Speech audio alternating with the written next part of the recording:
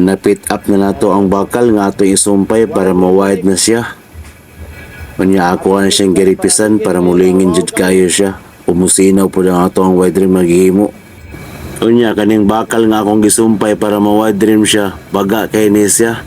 Kay 5mm ni kabaga. Unya dili po na siya plain sheet. Kay katong plain sheet humok po nga klase nga bakal.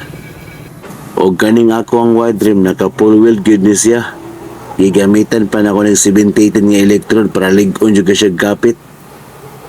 Sa pag-wide rim, ang pag-welding ang pinakalisod nga part.